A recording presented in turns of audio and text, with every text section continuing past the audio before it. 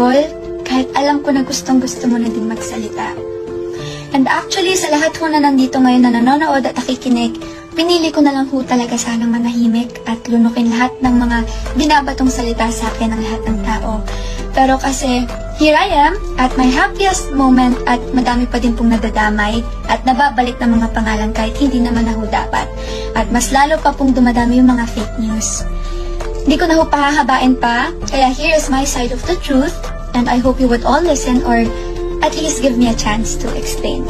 Grabe, nasa 80k na tayo. Okay, my hands are shaking. Hinanda ko na yung mga babasahin ko para di magkakamali.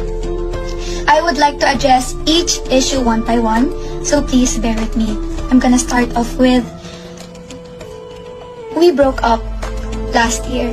Early October yon, and it was a painful breakup, but it was a mutual decision.